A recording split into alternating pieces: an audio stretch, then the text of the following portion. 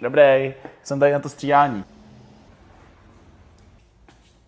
Přišel mi zákazník a zeptal se mě, že je tady na střih. Tohle je úplně jednoduchý. V takovém případě mu prostě s klidem řekni, jasně, určitě, jste tu správně, můžeme se do toho hned pustit. A vlastně se tím dostaneš zpátky do role toho sebejistého barbara, co na každou otázku má prostě nějakou pohodovou odpověď. Super, tak si sedněte, co byste si přál. Mám si sednout. Má si sednout? Já chci jenom ostříhat. Můžete tomu to nějak říct? Že chci jenom... Jasně. Jasně.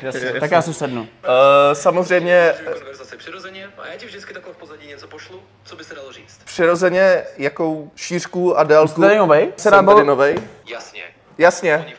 Úplně v pohodě. Úplně v pohodě. Řekneš to zákazníkovi. No, máte tady i jiný barbery, nebo jste tady jenom vy? Já se můžu ostříhat sám, když Máme tak tady i jiné barbery? Máme, ty vole, on co zeptal si třeba. No nic.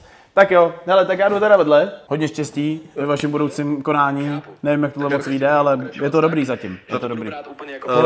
Šéf říkal zaplatit? Jo, zaplatím tě možná tak velký hovno. Tak nazdar.